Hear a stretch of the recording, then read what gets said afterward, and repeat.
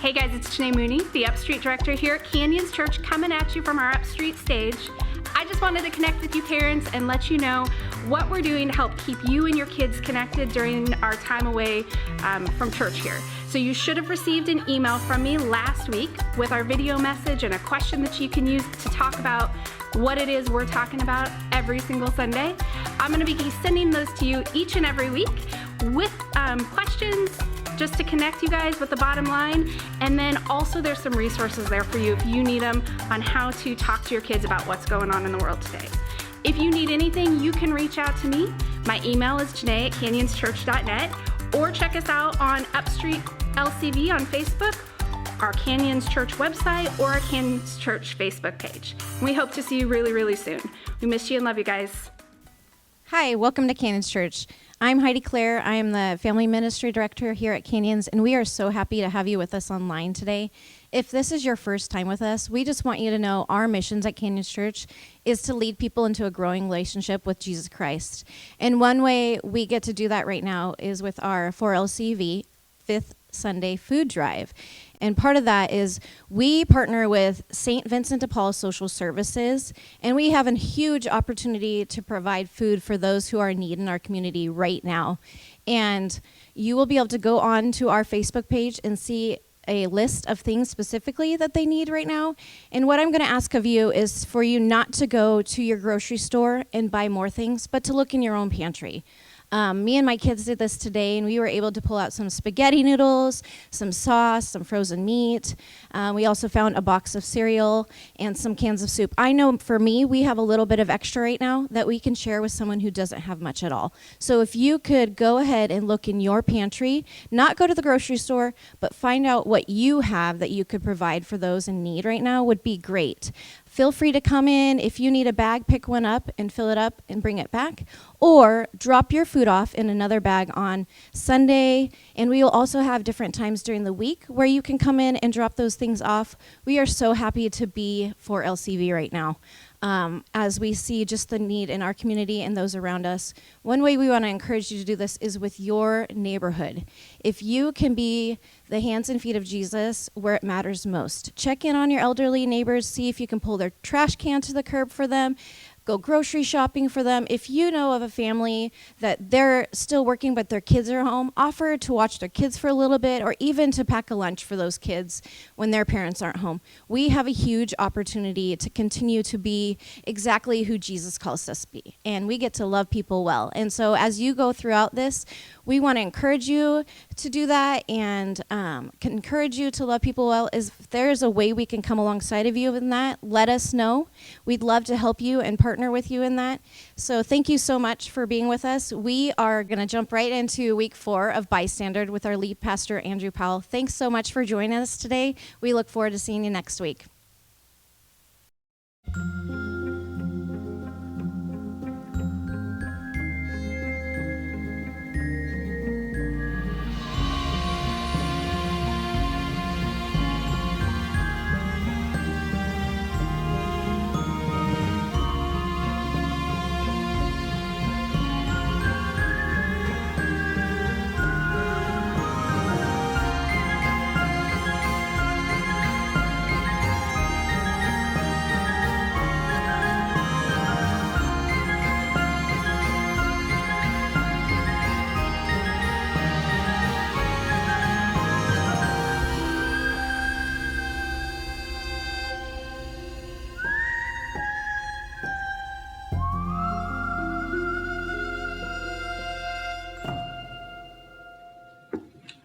Well, good morning or afternoon or evening, whenever you're watching this. Welcome to Canyons Church Online. We are so glad that you are tuning in right now. We're just glad for you to be here with us and just be part of our community.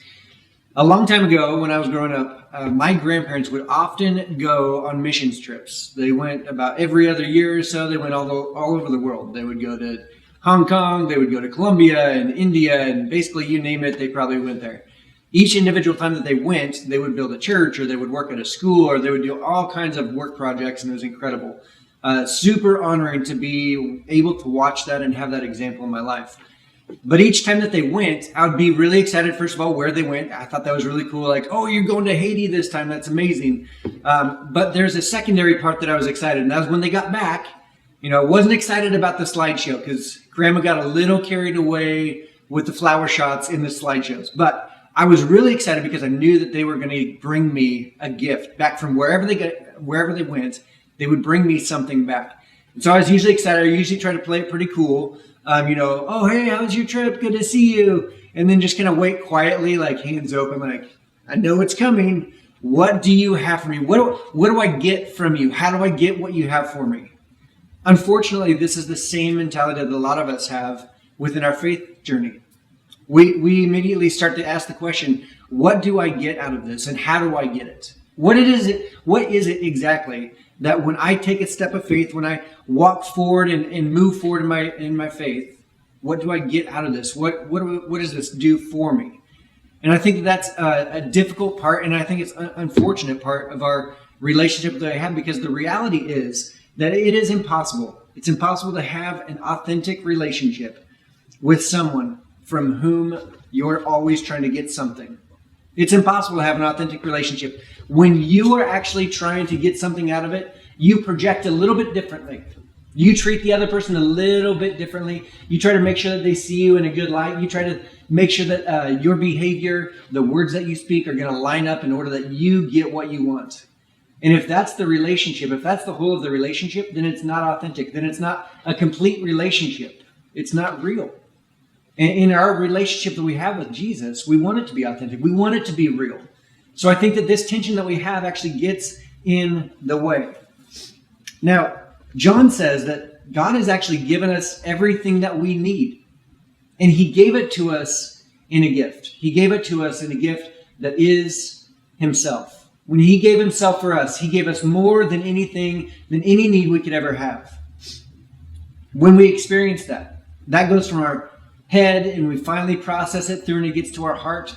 It changes the framework. It changes everything in our world and in ourselves. At this point, it does something that Paul talks about. He says that you will start to experience, in Philippians chapter 4, verse 7, you will experience the peace of God, which transcends all understanding. Meaning that regardless of what you're facing, when everything tells you you should experience this way, you should have these emotions and not these, you should feel this way and not that way. What Paul is saying is, when the world around you dictates to you what you should feel and everything that isn't working all of a sudden screams at you, we're able to feel something, to experience something. Peace that transcends everything else. And I don't know about you, but right now I feel like this is an appropriate time to feel some peace. This is what we're hoping for. This is what we want in our world today. When you'll be okay, even when the world around you seems like it is not okay. When we have moments where the experience that we're having, the situation that we find ourselves in, seem to be out of control, we have the peace that God is actually bigger than the situation and the circumstance. And even though we can't see it, we know that God is at work, God is doing something, that there is hope, that there is peace, that there's even joy in the midst of our chaos. We just haven't seen the actual end result yet. We haven't seen what God is doing yet. Now, if you're picking up this week, partway through the series, we're in week 4 of Bystander. This is a series that we're following John, the disciple, the apostle, as John follows Jesus. So John is walking around with Jesus, and he is sharing with us what he learned, his experiences, his account. He is dictating this to a scribe, and in John's old age, he actually was convinced, he probably had people around him that were telling him, John, we need your account. We need your stories. We need your experiences to outlive you. You're the last disciple standing. You're the last one left. Your friends, everybody else, your contemporaries, they've already passed away. Your eyewitness account is so incredibly valuable and important. Your testimony needs to go on beyond you. So John ends up giving his account, and this is what we have in the Gospel of John. Now, when we read this account and we look at the Gospels and we look at the experiences that these men had, it becomes evident that John, the rest of the disciples, John did not follow Jesus because of faith. It was something more than that. It was something better than that, actually. You know, we often are told, oh, you just got to follow, you just got to believe, you just got to believe. Just blind faith. That's a great t-shirt for a basketball team, like Blind Faith 2020, we're going to win the championship. Why? I don't know, because we believe it's going to happen. That's not the same with Christianity. We have something better, we have something more. That John followed Jesus because of what he saw and what he heard. And these experiences led John to actually believe and to actually trust. Not just in Jesus in the moment, but actually with his whole life, with his whole eternity. That he believed and trusted who Jesus was, his whole identity. See, as he followed along, he recognized that there were specific events and moments. And John kind of outlines about 7 of them in his gospel. But they weren't just random events. They weren't just random acts of kindness. There was something more than that. And when you looked at it, they became less events and more actual signs, is what John calls them throughout the Gospel of John. He calls them signs because they point to evidence. And this evidence, when you stand back and you look at the picture as a whole, you recognize that the evidence is pointing to the identity of Jesus. And this is the big question. This is the whole point, right? When we read through this, it's not about what did Jesus do.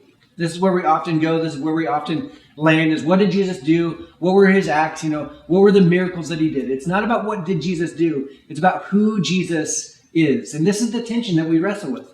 What did Jesus do? Who Jesus is. One of those is less important than the other. One of those we can put our trust and our faith in. And it's in the identity of who Jesus is. This is a question that we all have to wrestle with. And it's really what we're talking about today. Jesus is reframed entirely when we ask the question, who is Jesus?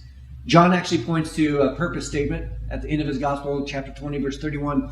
He says, these are written that you may believe that Jesus is the Messiah, speaking to identity. Jesus is the Messiah, the Son of God, and that by believing you may have. Right? And this is the question. It's a question that we all ask. Well, what do I get? What do I get out of this? If I take a step of faith, if I follow along, what do I get out of this? To put it in context right now, today, you might be struggling with what's happening in the world. You might be struggling with some fear, some anxiety, and you're contemplating taking a step of faith, hoping that it's going to alleviate your tension, alleviate your circumstance, alleviate your situation, and you're kind of bartering with God. God, okay, I'll watch this whole message, or I'll pray that prayer, or I'll do this, or I'll give. I'll try to be generous. I will do something if you do something for me. And this is the tension. This is what we're looking at this today in this message. Now, we're going to look specifically at the 4th sign. This 4th sign in John's process of 7 signs. We're going to look at the 4th sign today, which is the feeding of the 5,000 plus. And there's a reason why there's a plus there. We'll get to that actual number in a little bit. But let's just go through a recap, kind of context of the whole entire story, the whole entire moment here. The nation of Israel is kind of like an oblong, vertical hot dog or bratwurst, whatever meat you want to describe it as. But Jesus keeps on going from north to south and south to north, Jerusalem and Galilee, and kind of back and forth. And at this point, he's going back up to Galilee, heading back north to Galilee. This is about 6 days travel from where he's at. He finally gets to the Sea of Galilee. He gets in a boat and he gets away from people. That's his goal right now. He's trying to get away. He's trying to isolate himself. He goes to the northernmost part of the shore, the Sea of Galilee. And at this point, he's about 100 miles away from Jerusalem. Now, part of the reasoning, at least one of the reasons I think that he did this at this point in time, was that his friend, John the Baptist, actually his family, John the Baptist, the one that he ended up, he introduced Jesus kind of to the scene. So John the Baptist was a big role for Jesus as a human, as a friend, as a family member. So John the Baptist, big deal. John just got beheaded. So Jesus is grieving. And he tries to isolate. He tries to get away just to kind of let the storm waters kind of calm down a little bit as far as what he was experiencing. And in John chapter 6, verse 2, picks up. And a great crowd of people followed him because. Now, why did they follow him? It wasn't because they believed. It wasn't because of faith. You just got to take it by faith. It wasn't because of those things. They followed him for a reason. No. And a great crowd of people followed him because they saw the signs he had performed by healing the sick. Now, real quick context again. Think about the people at this point in time. They don't have the internet.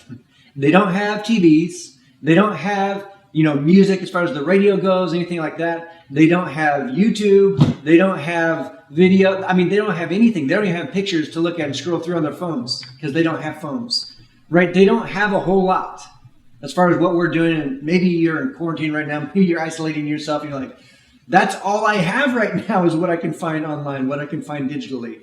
These folks don't have any of that. And we kind of ask the question, well, what did they actually do if there's no entertainment for them, if there's nothing for them to, do? They're doing was survival. That's what they did. They tried to survive at this time. So these folks that are sitting there, once they get the survival piece kind of down, they hear about this man that is doing these incredible signs and incredible wonders, these miracles, that he's healing the sick, that the blind are able to see again, the lame are able to walk again. They hear about these stories. And as he shows up into their region, into their neighborhood, they come out in droves to see him, hoping that they might see what he might do, hoping that they might catch a miracle. So there is a large crowd of people that is gathering, that is found where Jesus is. And if you're an introvert at this moment when you're watching this, you're like, oh no, this is, please no, please no, please no. This is you go on vacation and all of a sudden everybody shows up to your vacation. But Jesus looks at the crowd and he sees them coming and continues on in John chapter 6. Then Jesus went up on a mountainside and sat down with his disciples.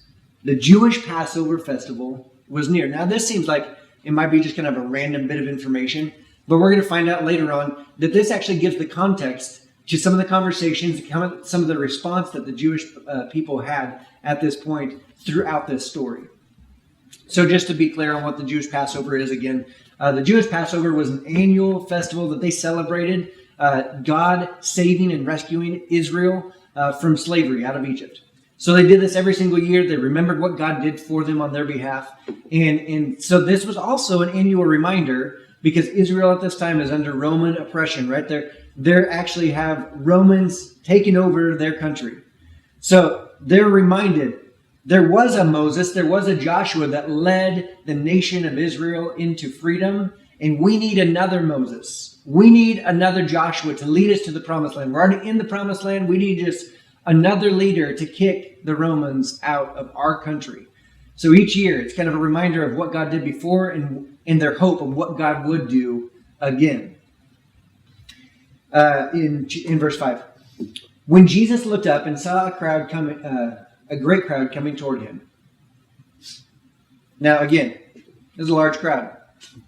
This is a large crowd of people, and not a small one. By a great crowd, we're going to look at it's going to be thousands and thousands and thousands of people.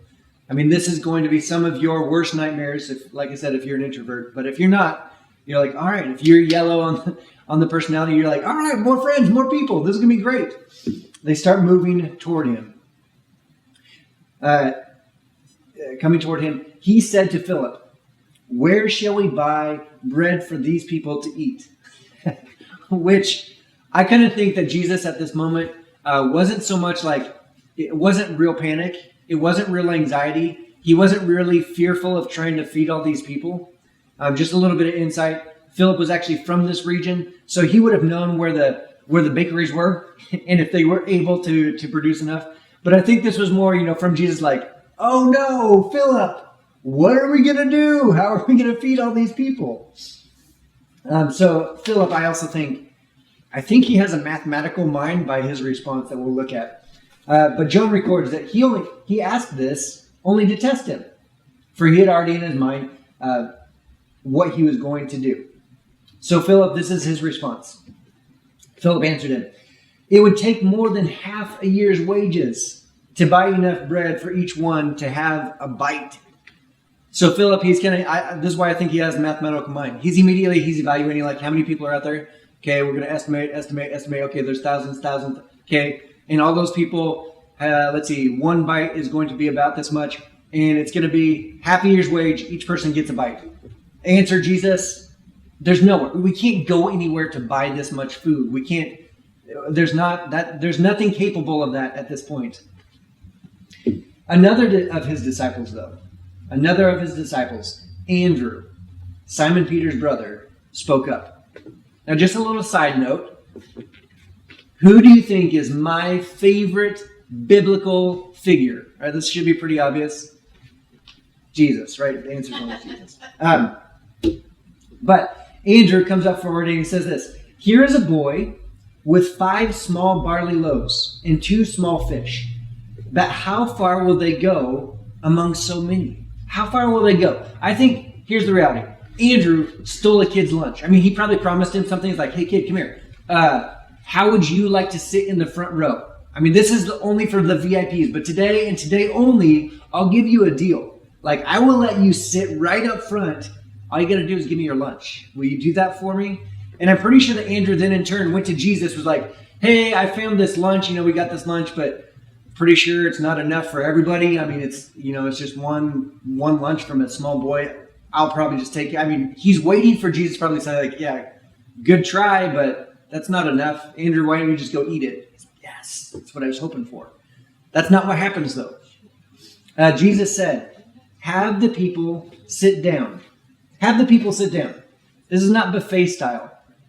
What's going to happen? They're seated. They're going to be served. There was plenty of grass in that place, and they sat down. About 5,000 men were there. Oddly enough, the boy that gave up his lunch wasn't even counted by John. You might be wondering, like, why did John only include the men? Right? Why did he only include the men? Was John like, is this a sexist thing? Like, historically, context? No. The reason why John only included the men, we're going to see in just a little bit. But they estimate that there's 5,000 men, 20,000 total people is what a lot of the figures say. About 20,000 people are in this area. 5,000 men. Now, 5,000 men is the same number as a Roman legion. Okay? We're going to remember that, come back to that in just a little bit. But there's a lot of folks that are sitting down in this grass. I mean, a huge stadium of people basically sitting in the grass watching Jesus in this moment. Jesus then took the loaves and gave thanks. And I love this moment because I think it's humorous. I find the humor in this. Have you ever said a prayer before a meal in a restaurant? You ever do that? I'm not saying that you have to, or not saying that you shouldn't. Just, have you ever? Or have you seen someone do that? Now imagine someone doing that with 19,987 or so people watching. I mean, this is kind of comical at this moment, right? And then Jesus gives thanks, right, for the food that he has. And can you imagine this moment? Jesus is like, oh my goodness, this amazing bounty that we've been given. Thank you for your provision, God, for us. I mean, the equivalent would be like if our normal church services, we found like a goldfish from Wambaland and we brought it over like, oh, we got a meal for us. We better thank God for this. I mean, this moment is almost ridiculous. It seems so, I don't know, humorous for me at least. But he gives thanks and distributed to those who were seated as much as they wanted. And he did the same with the fish. Now, we don't know what this looked like. There's not like a detailed, this is exactly how the miracle happened. I mean, it doesn't say that, upon the prayer, all of a sudden the food just instantly multiplied and there's a pile of it. Or as the disciples handed it out, that each time they would hand something out, it was replaced in their hand, like replenished. Like, I just gave a piece of bread and now there's another piece of bread in my hand. I gave a piece of... We don't know what this looked like. But we do know that everyone there ate to their fill. In verse 12, when they had all had enough to eat, he said to his disciples, gather the pieces that are left over. Let nothing be wasted. This would have taken some time. This would have taken a lot of time for the disciples to go around and pick up all the food. It would have taken time for them to serve it all, first of all. And then it would take time for them to actually pick it up as well. I imagine that there's 20,000 people. I imagine there's some people that are in the back of the crowd that aren't really aware fully exactly what's being said or what's going on. They just got their food, right? And they're kind of looking forward to trying to figure out exactly what's going on. And then it hits them. Wait, there was no food truck delivering the fish and chips I have in my hand that I have in my mouth right now. Like, I came here to watch a miracle. Is this the miracle? I'm eating the miracle right now. You're telling me that the fish and chips I'm eating is the miracle? This is delicious. I knew it tasted better than normal. I knew this was, this is incredible. Do Do you think that, I'm a little parched at this time. Do you think some of the wedding wine might make a scene here? Like I heard that went over really well at that other wedding. Wine enthusiasts rated it really, really well. Maybe we'll get some of that wine too. That'd be awesome if Jesus could pull that one out as well. But this is kind of the moment, right? Everyone's eating. They're had to their fill. Now Jesus says, now you need to go out, disciples, you need to go pick up everything that's left over. In verse 13, so they gathered them and filled 12 baskets with the pieces of the 5 barley loaves left over by those who had eaten. If you do the math, 5 small barley loaves. These loaves of bread would have been like the poor man's bread that they would have used. The fish would have been like small sardines or like small, probably pickled fish that would last for a long time. I mean, it's just small. 5 small loaves, 2 fish, and they end up equating to 12 basketfuls after 20,000 people have eaten. This is amazing. Right? In context, the Jewish people that are sitting there, that are experiencing this, right? The Jewish Passover, this festival is about to happen, and they have Moses, and they have that whole experience right in the forefront of their minds, and they're remembering Moses, when he led them out into the desert, the nation of Israel out into the desert, God provided manna for them, right? God provided, this was basically smashed pancakes. I mean, small pieces of bread that they got to eat. And they got enough for their food and for their meal for that day. That's how much they had. There was no excess that was available to them. Jesus does this miracle, and there's more than enough. I mean, there's basketful and basketful and basketful of excess food. Did Jesus get the recipe wrong? Was the numbers not quite right on the recipe? No, Jesus was emphasizing something. That this sign was pointing to something, or better, to someone, to his identity. And these people in this moment started to ask the question, who is this man? If Moses only provided, just enough for the day, but this man that is sent by God, he provides even more than that there's excess, that there's extra left over. Who is this man? In verse 14, after the people saw the sign Jesus had performed, they begin to say, surely this is the prophet who is to come into the world. That Moses spoke about a prophet that would come later on. That Daniel would have spoken about the Son of Man that would come. In their minds, in this moment, this group of people, this large group of people, this great crowd of people, with their stomachs full, they start to ask the right question, who is this man? And they start to think about who Jesus might possibly be for them. And Jesus knows exactly where their brain's going. He knows exactly where their thoughts are headed. Jesus, knowing that they intended to come and make him king by force. You see, they probably thought if the first prophet Moses that came before, if he would allow them, if God would utilize him to free them from slavery, maybe this second prophet, maybe this next man will lead us, to take over our country once again. Maybe he will save us. And they're looking around at the crowd going, this isn't a small gathering. There's 20,000 people here. There's a Roman legion of men here. If we start marching now, we can march around the Sea of Galilee. We can continue to pick up people as we go along. We're only going to gain momentum all the way 100 miles, all the way to Jerusalem. And we're going to walk through those city gates. And we're going to proclaim that we have a king, and we're going to take back our country. This is the mindset. This is the thought. This is where they're going in their thought process. You see, it turns out, though, that didn't happen. But Jesus did eventually lead his disciples and his followers through the gates of Jerusalem at a different Passover. And in that different Passover, he wasn't marching for his coronation. Jesus was step by step taking steps towards his crucifixion for his gift, for his sacrifice, for you and for me. Now, a lot of you at this point, you might be wondering, you might be thinking, and maybe you've heard this, maybe you've even said this before, but you've heard people say, I gave up on church because of faith. I gave up on church, or maybe I gave up on faith because I wasn't getting anything out of it. Because it wasn't doing anything for me. See, Jesus knew the hearts of these people. At this point in time, it was still about what Jesus could do for them. It was still well, we want Jesus who can do these signs. We want Jesus who can do these miracles. We want him to save us from our circumstances, from our situation at this point in time. We want him to remove the Romans from our land. And Jesus is saying, wait, the signs weren't to point to the sign. The sign is to point to who I am, to my identity. It's something bigger than that. When we ask the question, when we work through this, I gave up on church or I gave up on faith because I wasn't getting what I wanted out of it, essentially. When that's our mindset, we've actually cut it short. You see, in that point, we've been looking for what we can get out of, right? What we can get out of this experience. What is there for me? And Jesus would say, if that's as far as you got, that's not as far as I want you to go. Because the reality is, we're still looking for an it. We still haven't figured it out if we're still looking for that it.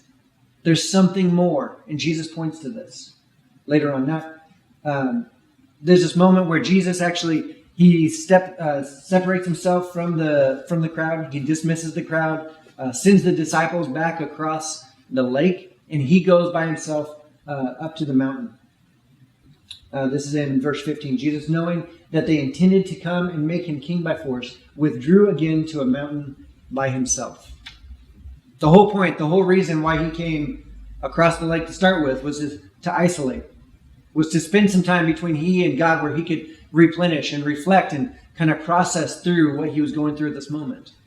And he took that moment. Now, we're going to pick up the story again when Jesus circles back around and they meet back up on the other side of the lake with that large crowd. But in between now and then, there's this interesting, fascinating, incredible story that happens where Jesus sends the disciples out. They go on the boat. Their boat is met with a massive storm out in the middle of the lake without Jesus, right? Jesus is still back spending time by himself. Jesus ends up walking on the water or windsurfing or something, but he's on top of the water walking towards them. They're all afraid. They're in the middle of the storm, and it's this incredible, incredible moment. Peter jumps out of the boat because Jesus invites him to walk on the water with him and starts to sink, and then Jesus saves him. Anyway, I'm giving it away. We're gonna kind of bypass that to the other side of the lake where they meet up again with this crowd. So in verse 25, when they found him on the other side of the lake, they asked him, Rabbi, when did you get here? This is kind of when you have the guy that likes the cute girl and he kind of Facebook creeps a little bit, just enough to find out where she's going to be, and he shows up at the same coffee shop like, oh, hey, didn't even see you there. When did you get here? This is kind of, right, this is the agenda. There's a point and a purpose. These people want more from Jesus. They want something from him. And he knows exactly what they want. And he doesn't play into the cool guy game. He just cuts straight to the point, straight to the real question that they want to know. He says, you are looking for me, not because you saw the signs I performed, but because you ate the loaves and had your fill. It's like, wait. You're just looking for more signs. You're looking for what you can get out of me. You're not looking for me. You're not looking for the relationship. You're not looking for my identity. You're missing the point. I mean, I don't know if this is still a thing. When I was in high school, some of the more rebellious crowd would steal road signs. Like these people, these Jewish people, this crowd of people, they're just trying to collect as many road signs as they can. They care little about what the signs are actually pointing to, what the signs are actually telling them, or what direction they're pointing them to. They just are infatuated with these signs. They're enamored with these signs. And Jesus continues on. He says, do not work for. Do not work for. This is, do not live for. Do not give your life to. Do not think only about. Don't let this thing consume you. Do not work for food that spoils, but for food that endures to eternal life, which the Son of Man will offer you, will give you. Do you not realize what I'm offering here? Do you not recognize who I am? I mean, come on. It's not about the sign. It's about who's doing the sign. I'm certified by God to do his work, and I'm doing it right now in front of you. And all you can think about is some fish and chips. This is more than lunch. In fact, this is even more than kicking Rome out of your country. 2,000 years from now, People are going to be talking about this moment. All you're concerned about is another meal, another sign that you want from me, or to be a leader so you can have your circumstances, removed from your life, situation taken care of. It's still all about you. They said to him, "What sign then will you give, that we may see it and believe you? What will you do?" They're sitting there and they're like, okay, Jesus, but just do one more sign just so we know for certain. Just do one more thing so then we'll believe. And if you've had that thought where you're like, okay, God, just do me a solid. Just do me one more thing for me. Just do one more thing for me, and then I'll believe. Then I'll take a step of faith. Then I'll actually lean in and trust you. And if that's where you're at, don't miss next week. But that's where these people are at. And they're like, you know what? We've been thinking about it. The first thing that comes to our mind, our ancestors ate the manna in the wilderness. And Jesus is like, oh no. Guys, you're still only thinking about food. This is so much bigger than that. This is so much more than that. I mean, here they are on the shore of the Sea of Galilee with life personified. The light of the world is standing before them, and they're asking him for a trick. I mean, this is a different situation, but kind of the same illustration. I've been able to meet some of my heroes, really. In my world, some of my heroes are the pastors that I have the greatest amount of respect for. Incredible leadership. And so when I've been able to go back to Atlanta, I've actually been able to meet Andy Stanley a few times, and Jeff Henderson and Clay Scroggins. I've actually had meals with Clay Scroggins at a round table with some guys. And, this is the question, right? When you're in that moment, and Clay does this better than anybody. I mean, he's such an authentic person. He just talks to you like a normal human being, because he is a normal human being.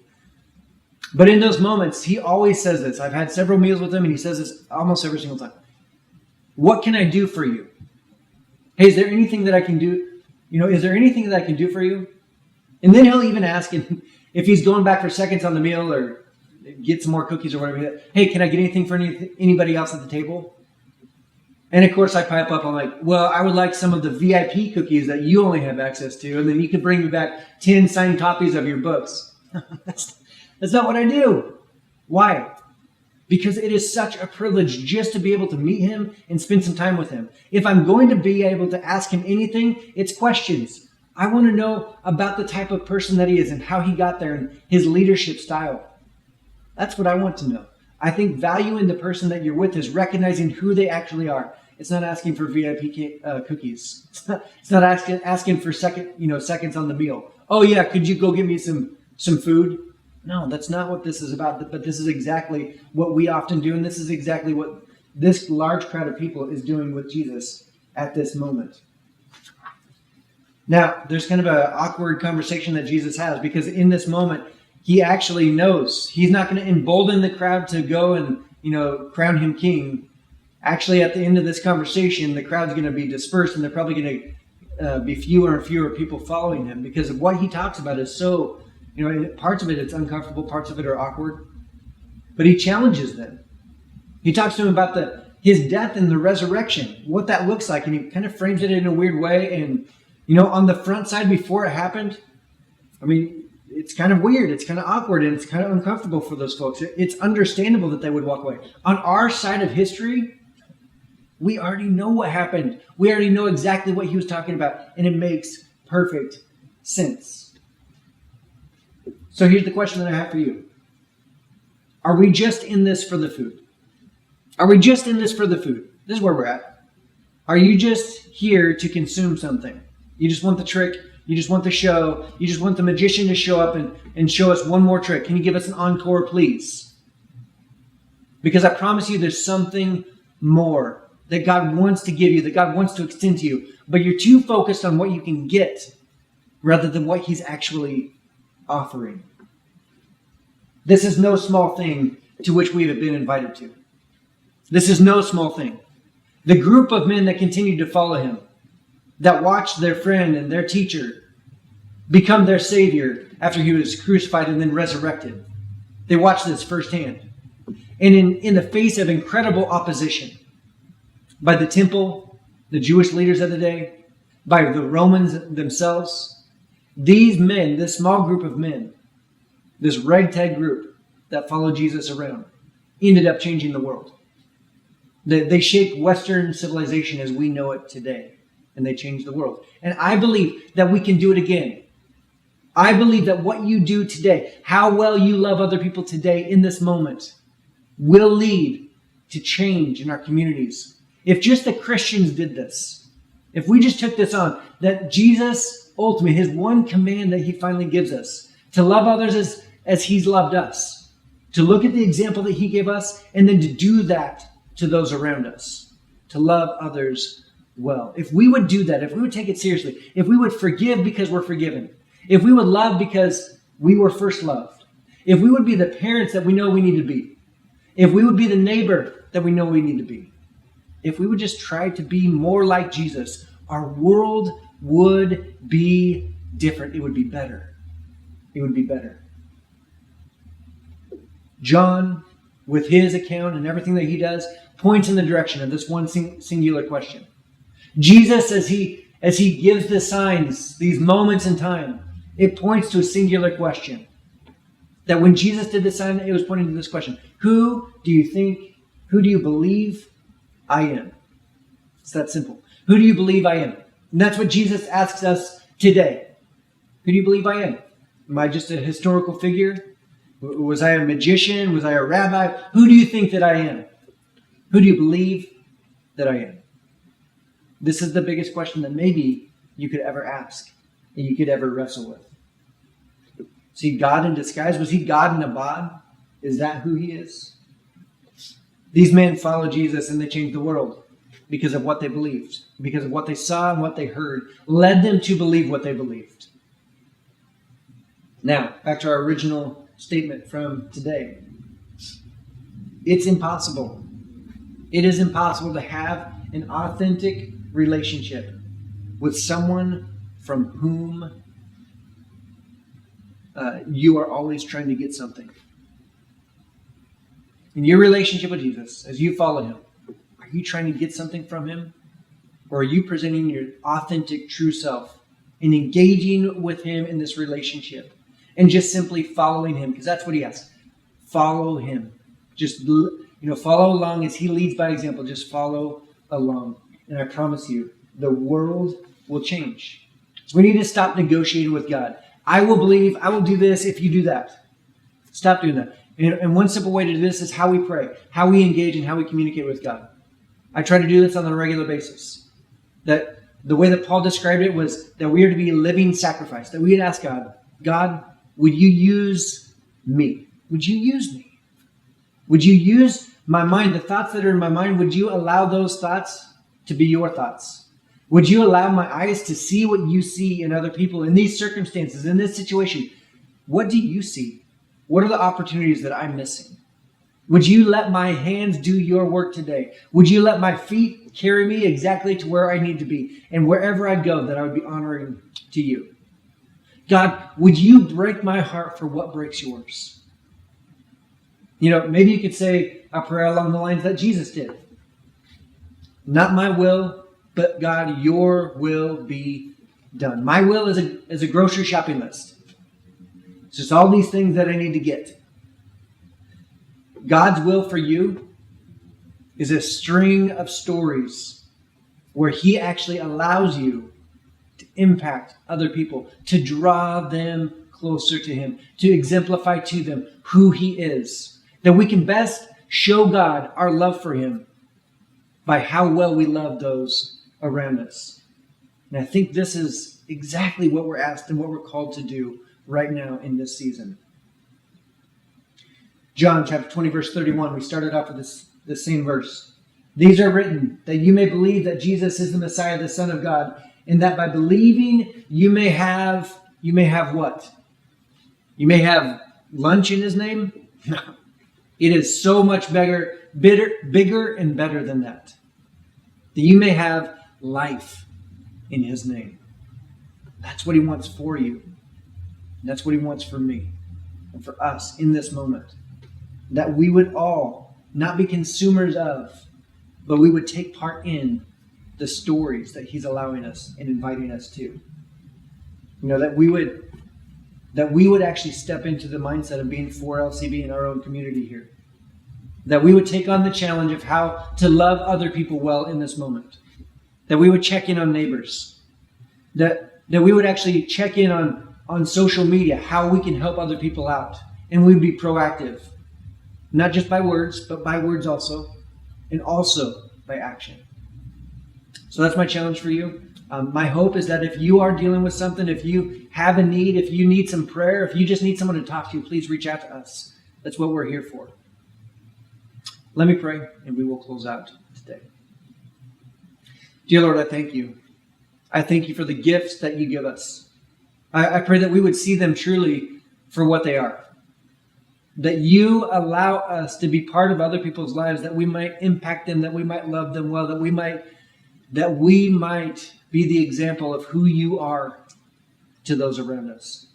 God, I know that there's a lot of fear and anxiety in our world right now. There's a lot of uncertainty. But here's what we do know for certain. That you are who you say you are. That you love us. And that ultimately you are bigger than what we face right now.